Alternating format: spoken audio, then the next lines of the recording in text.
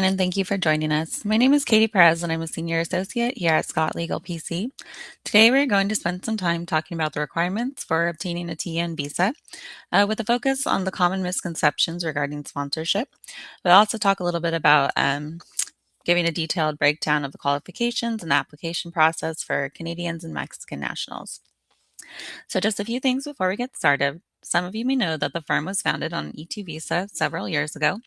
Our founder, Ian Scott, is in the US on an E2 visa and has been on several different visas, including the F1, the TN, the B, and the H1B. Scott Legal PC is a full service immigration law firm, and we offer immigration services in several different areas, including the E2, E1, TN, L1, H1B, family immigration, national interest waivers, EB5s, and extraordinary ability visas, and more.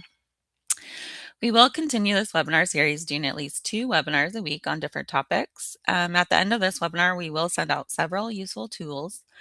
We will send you a copy of the PowerPoint presentation from today, a link where you can download guides that go through the visa options in more detail, and also a link where you can sign up for additional webinars. This webinar will be recorded, and it will be available on YouTube. We'll also send you a link for that. We encourage you to subscribe and hit the notification button as we regularly upload immigration videos on a wide variety of topics. We'll also send you a link where you can arrange for a consultation with one of our experienced attorneys if you would like to discuss your case in more detail. So if you have any questions throughout this presentation, please put them in the chat box and we will address them at the end of the presentation. So today I will be presenting the first half of the webinar. My background includes 10 years of adjudications with USCIS. The second half of the webinar will be presented by Dustin Saldarriaga, another senior associate here at Scott Legal PC.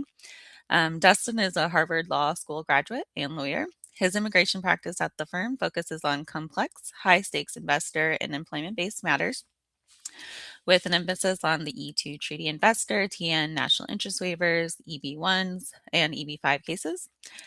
He regularly represents entrepreneurs, investors, and business professionals in strategic, non-immigrant, and immigrant filings.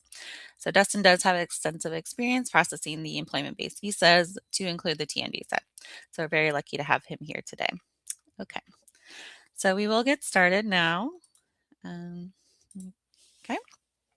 We'll begin with just going over the TN visa requirements.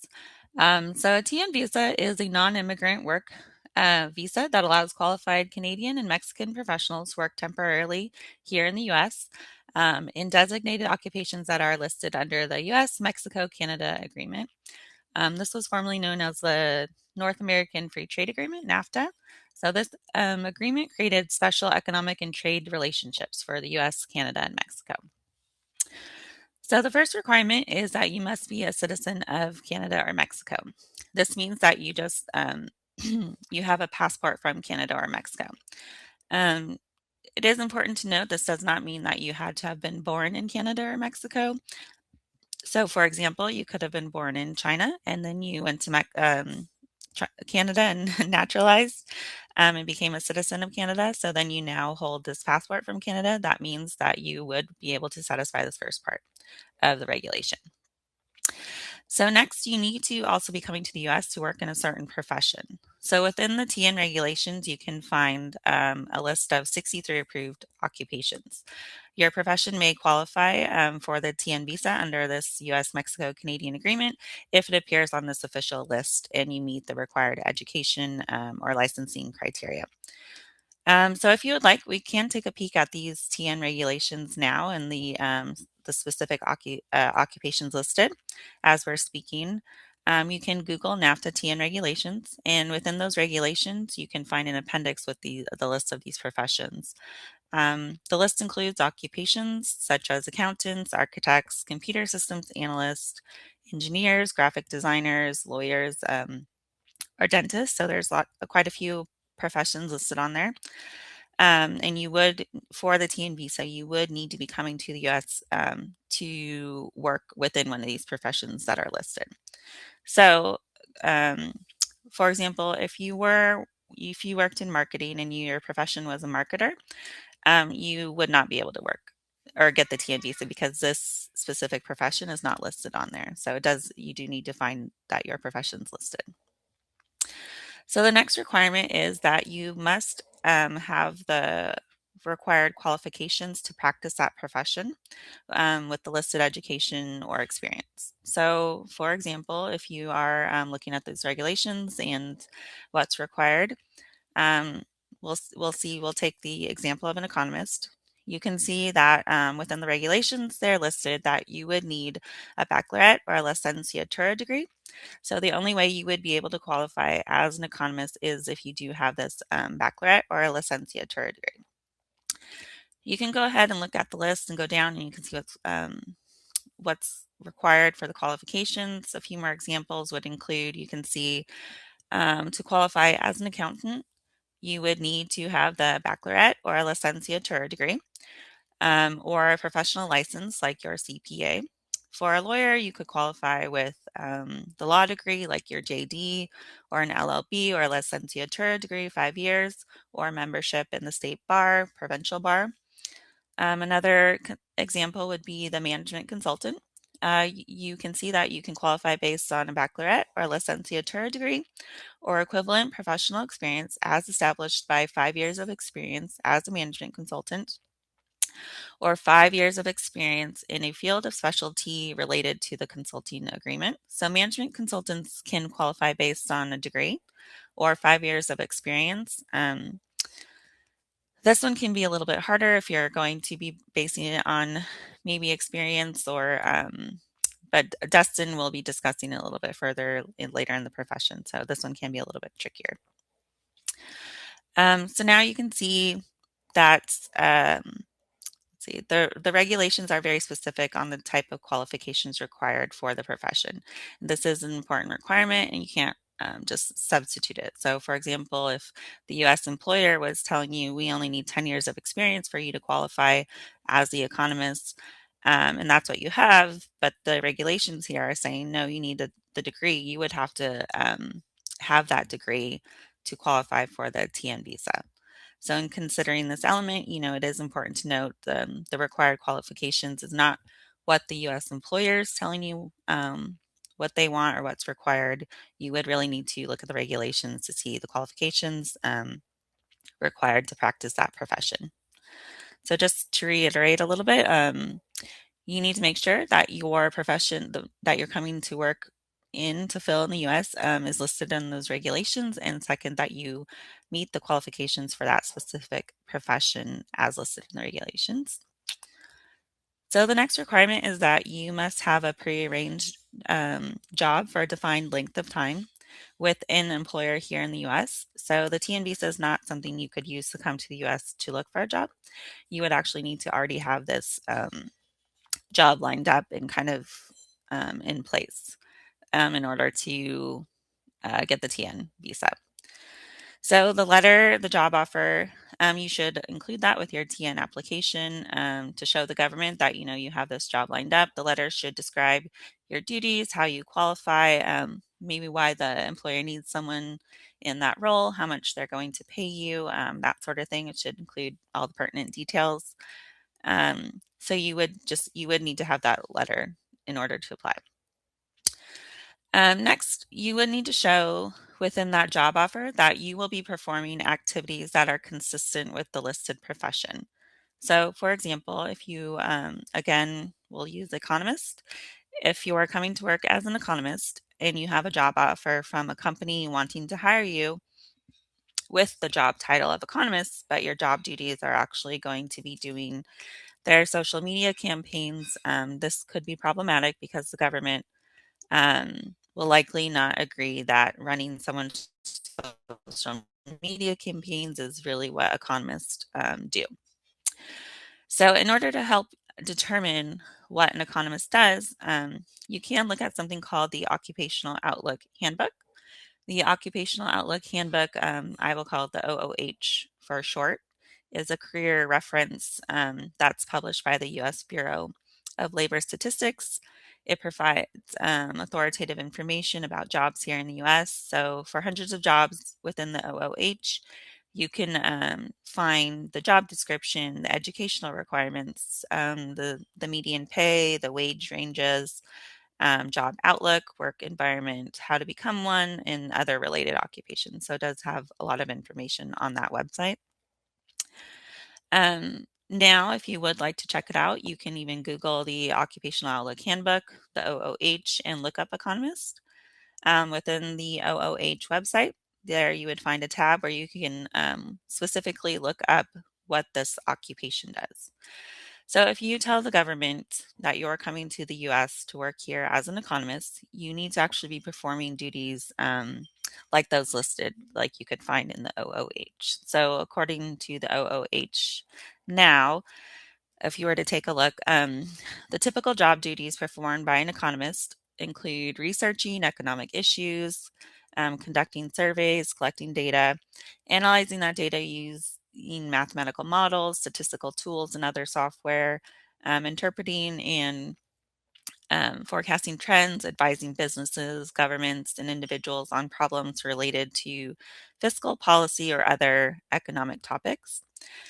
So these are just examples, and you would want to make sure that your U.S. duties listed within that job description, that job offer, and what you're really planning on doing are aligned with what you would find there in the OOH. So based on that OOH is really what the government thinks economists should be performing.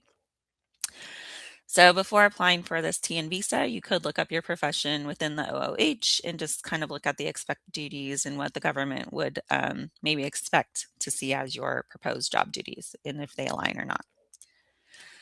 So the last requirement listed is that the degree must match the job description. So again, for an example, if you're applying as the economist and the regulations state to qualify for this economist, you need to hold a baccalaureate or the licenciatura degree. But you have a degree in Spanish. This will be an issue because the government wants to see that your degree is clearly related to the profession you're coming to fill or practice here in the US. So, in contrast, if you're coming to the US to work as an economist and your degree is in economics, you're fine and you shouldn't have an issue with that degree. Really, everything lines up. The degree you have matches the profession. So, that would be work well for you. So, what if you're coming to the US to be an economist, but your degree is in accounting or statistics or something that may be related, but it's not economics? This can be okay, but you would want to show the government still that how your degree, how your educational background lines up in with the profession of the economist. So you could do this in a few ways. You could take your transcripts and highlight, courses that are related to economics.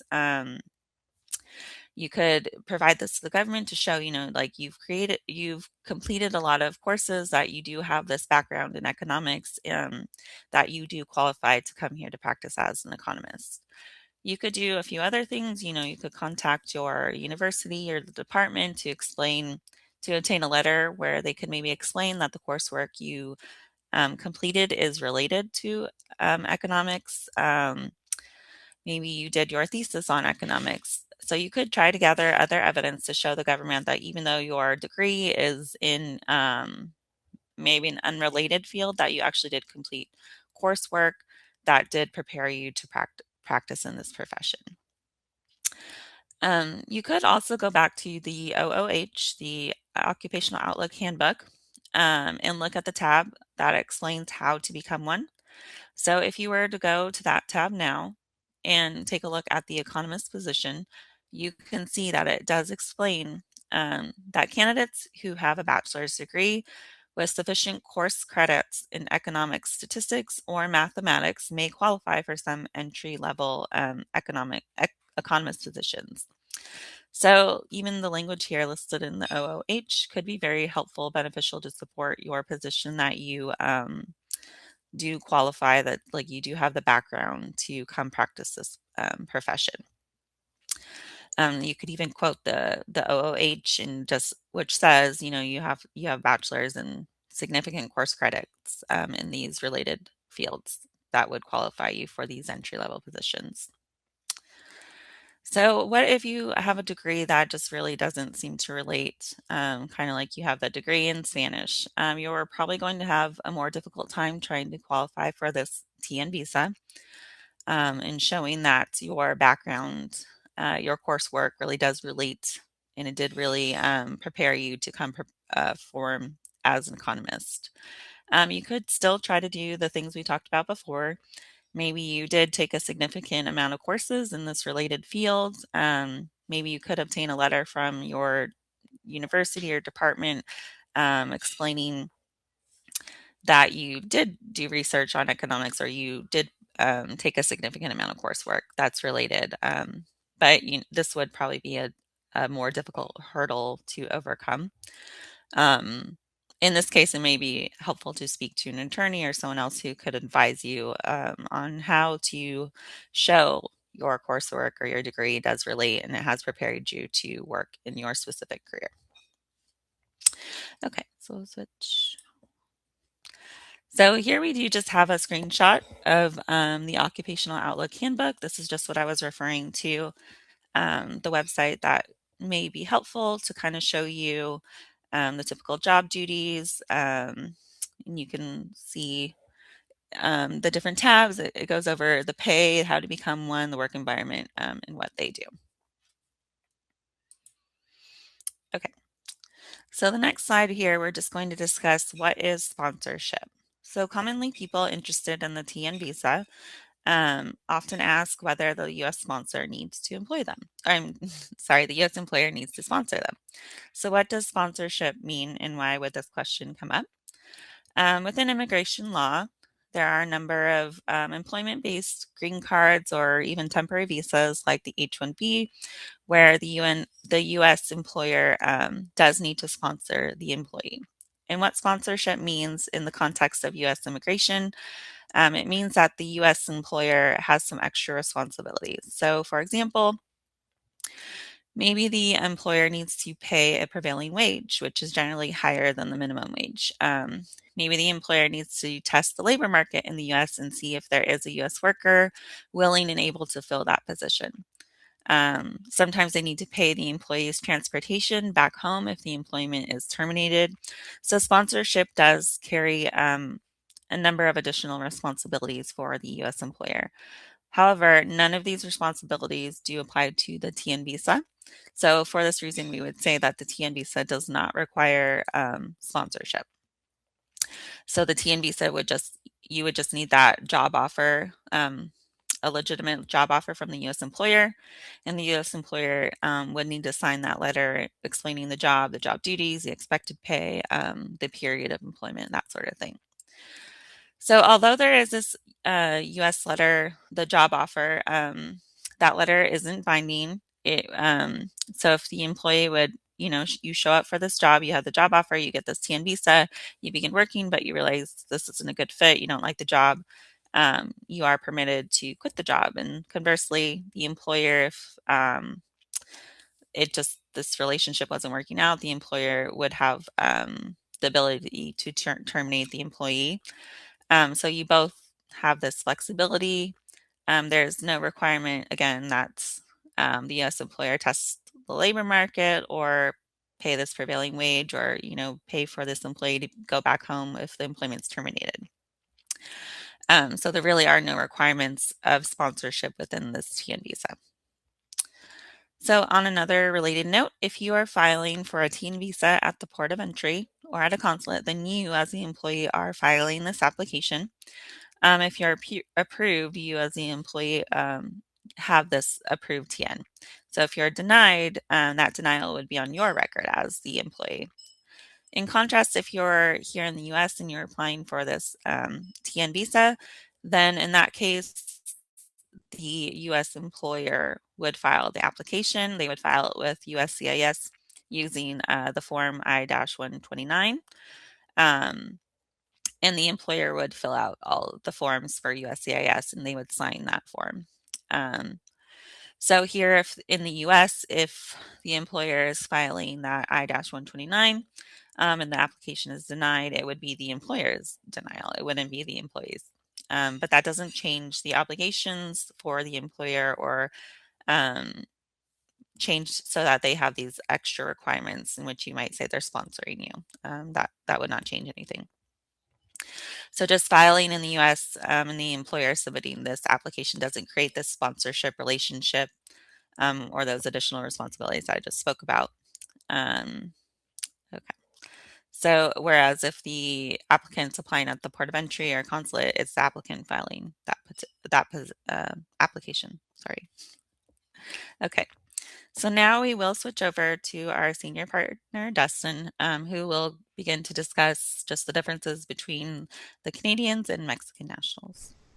Perfect. Thank you, Katie. So I am going to build off of what Katie shared um, by talking first of all about the differences in the TN process and the TN visa for nationals of Canada and Mexico. So as Katie said before, the TN visa is only available for those who hold a passport from either Canada or Mexico, but there are certain differences that apply to nationals of each country. Most significantly, from a practical sense, is that nationals of Canada have the option to apply for the TN visa at a port of entry, meaning a land crossing, an airport. That is extremely convenient. It's fast. You get an immediate decision. It's relatively inexpensive, especially compared to USCIS. So when we have a client who's from Canada and they're applying for a TN, chances are that we are going to recommend and they are going to apply for the TN at a port of entry. Again, that means a land crossing or an airport most often. Nationals of Canada, when they are admitted into the U.S., they're typically given TN status for 3 years.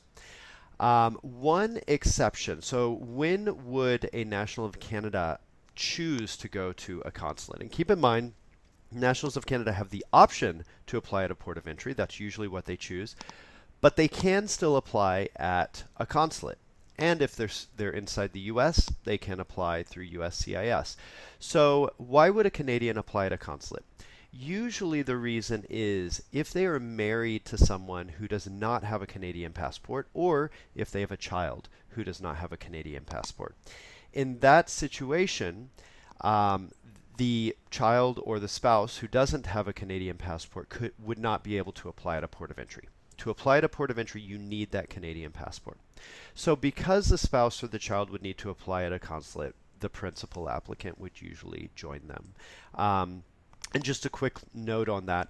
Dependents, including spouses and children, are eligible for a TD visa. So if the principal gets a TN, they are eligible for what's called a TD visa, and that allows them to enter and exit the U.S.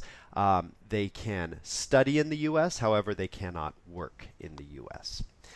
So nationals of Mexico, as I mentioned, if they're outside the U.S., they must apply at a consulate. They do not have the option of applying at a port of entry. So the process for doing that is, we'll talk a little bit more about this later, but in general, you submit an online application to the consulate, and then they will call you in for biometrics, fingerprinting, photos, and an interview. And then you'll usually get the visa in your passport within a week of that interview. The visa that's put in your passport is usually issued in increments of 1 year.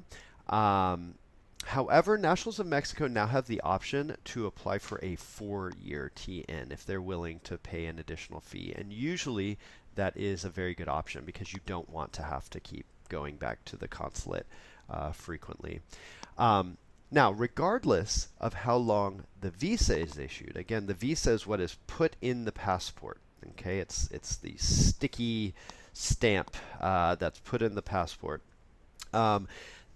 Regardless of the validity period of the visa, as long as that visa is valid, you can seek entry to the U.S. So even if you're given a visa, say for a year, if you apply to enter, if you try to fly into the U.S., even if your visa is valid and it's the last day of validity, you should be allowed entry on that visa. And each time you enter, you are typically given 3 years of TN status. All right, so the status you're given defines how long you can stay inside the United States. And the document that controls your status is the I-94, and that can be found online. We always recommend that on every single entry, regardless of whether you're entering on a TN or a B visa, whatever visa you're using to enter, even if you're visa exempt and you're entering as a Canadian national, you should always go online on every single entry and check your I-94 so that you can make sure when you need to leave the U.S. We really do get a lot of calls from people, especially Canadians, who call us and they say, I thought I was always admitted for 6 months, but I just looked and I found out that I was only admitted for 2 months, and that was 4 months ago. And that can be a real problem. You do not want to overstay your I-94, so always check your I-94 online on every entry. So that was a bit of a detour. The takeaway is your visa validity period defines how long you can seek entry into the U.S. Your I-94 defines how long you can stay inside the U.S. And usually you're given 3 years of status. The exception is if your employer letter asks for a shorter period of time. So if your employer letter says, we only need this person to work for a year. We'll talk in a moment about management consultants and how this can actually be a strategic approach to ask for less than 3 years. If you do ask for less than 3 years, usually you will only be admitted for that shorter period that you request. Finally, for nationals of Mexico, there are some cases where if they're applying to renew their TN visa, the renewal can be done through the mail. Usually the process here is the individual would submit their online application, the consulate would review it, and then would let them know that they're eligible to renew by mail. You usually don't request this proactively. The important thing here too to know is that you still do need to be in Mexico if you're applying through mail. You can really, as far as I know, you can never mail your passport outside the U.S., get a visa, and have it mailed back to you. Even if it were legally permissible, which it's not, it's a bad idea to mail your passport outside the country when you're here. So you do still need to be in Mexico when you mail your passport in, but that can be a convenient way to avoid an interview. All right, so Katie mentioned before that you need to be coming to the U.S. One of the fundamental TN requirements, you need to be coming to the U.S. to work in one of the listed TN professions.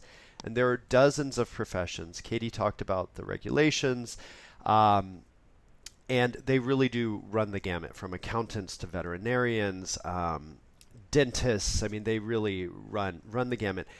But not all professions are listed. And there are certain professions that are more difficult than others. And on this slide, we'll talk about two of those professions, specifically management consultants and economists. These two categories are difficult for entirely different reasons. Let's start with management consultants. As you may remember from what Katie said before, each profession has the qualifications, the required qualifications described after that profession in the regulations. So if you look at management consultants, you'll notice that it is one of the very few TN professions that allows you to qualify without a degree. You can qualify as a management consultant with either a degree or 5 years of experience, either as a management consultant or 5 years of experience in a field of specialty related to the consulting agreement.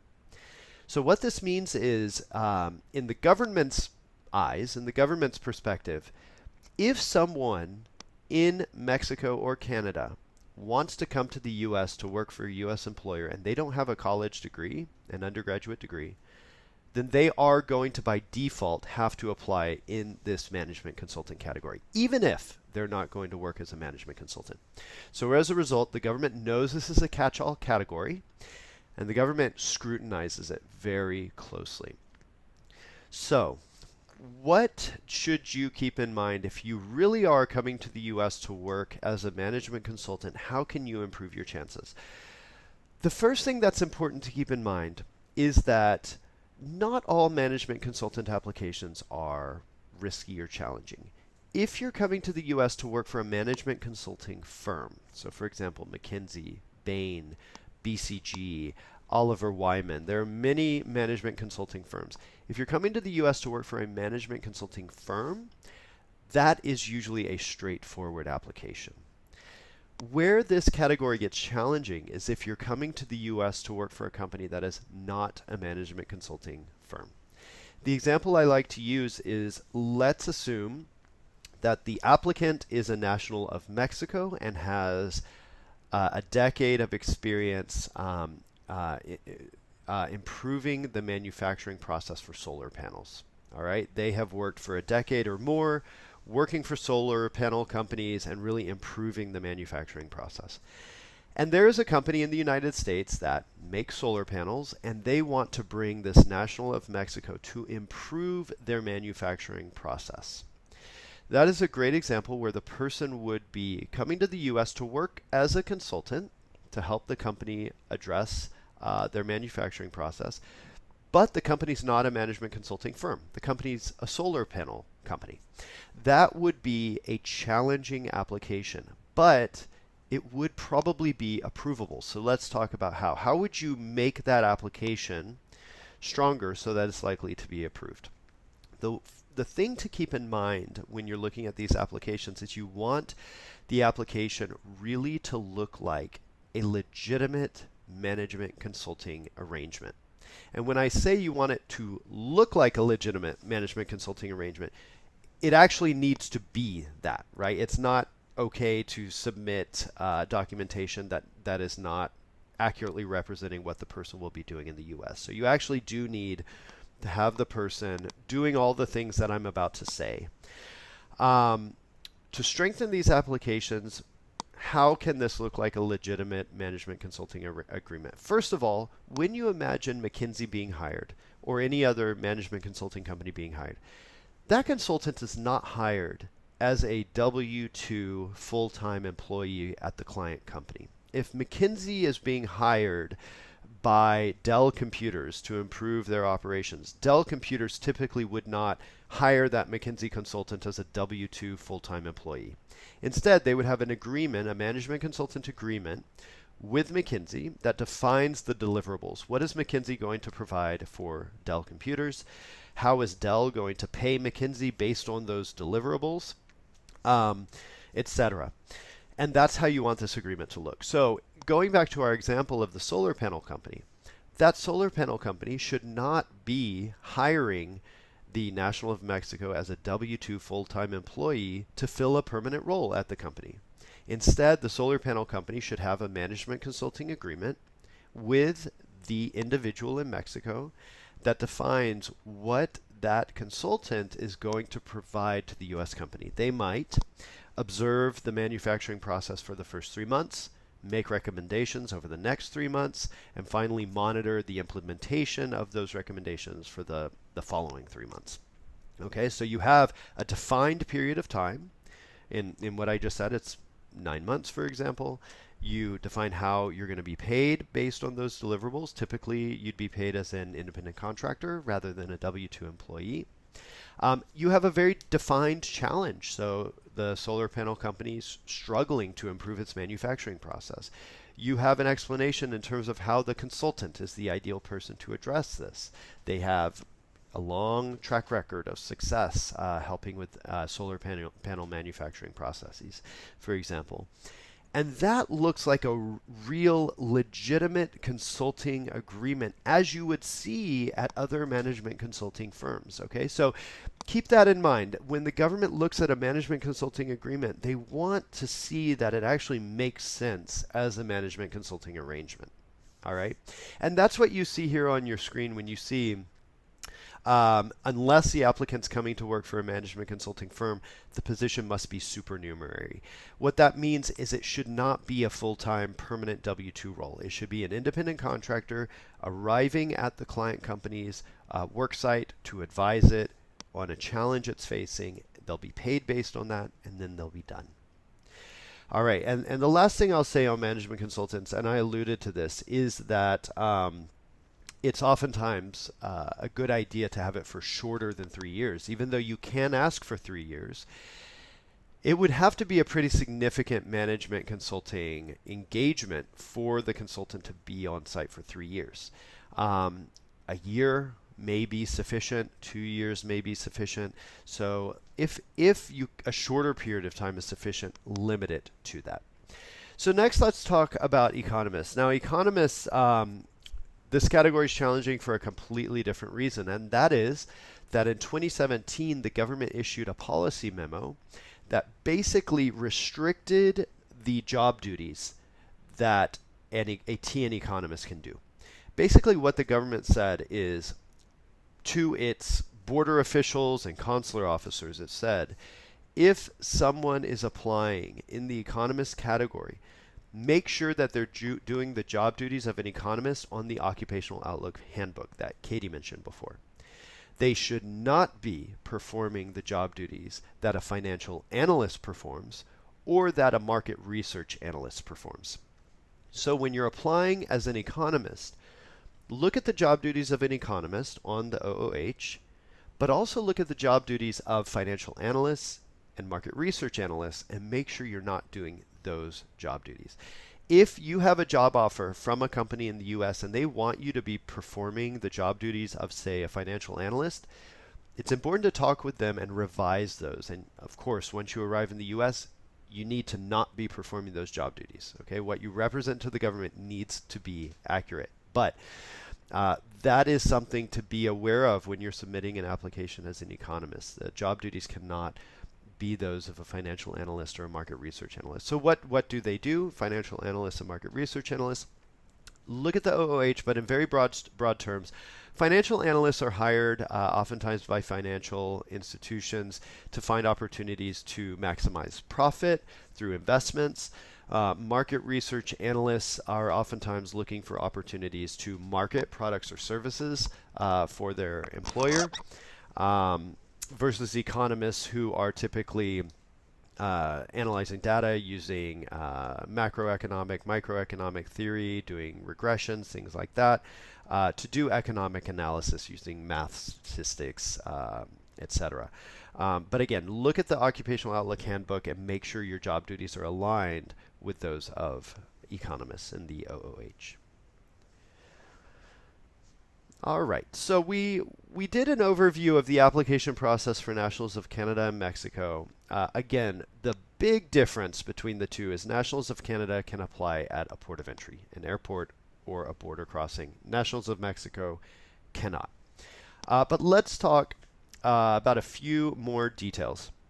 The application packet, regardless of whether you are applying at a port of entry, a consulate, or USCIS, the heart of the application is going to be the same. So the things that are going to be the same in any of these applications, you're going to need a letter from the U.S. employer that is signed by the employer that talks about who the U.S. employer is, why they need you to work there, who you are, how you qualify for the TN, meaning how you qualify based on the regulations. So do you have a baccalaureate degree?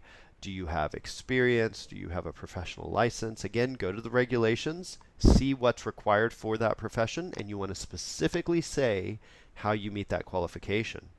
And separate from that, how you are a good fit for this opportunity in the US. So those are two different things. So just to give you an example, let's say that you are applying to work as an accountant at a U.S. company.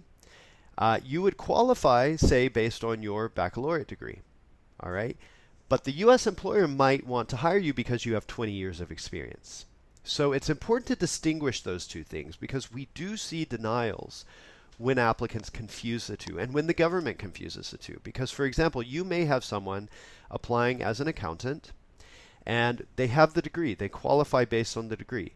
But in the letter, it emphasizes this person's a great fit for the U.S. company because they have 20 years of experience. The government's going to look at that and say, you can't qualify as an accountant based on experience. And they're going to deny the application. So in the application, it's important to make clear how you qualify for the TN. All right? Separately, you can talk about why you're a great fit at the company. But make sure to always make clear how you qualify for the TN. All right, so the job offer, the employer letter, the letter from the U.S. employer is going to be a key part. It's going to also, by the way, it's going to detail how long the U.S. employer is asking for TN status, up to 3 years, how much the individual is going to be paid, um, and that's really it. That's what's going to be in the employer letter. Uh, Another key part of the application that's going to be the same whether you're applying at a consulate, a port of entry, or USCIS is proof of how you qualify. So if you're qualifying based on a degree, you're going to have your diploma.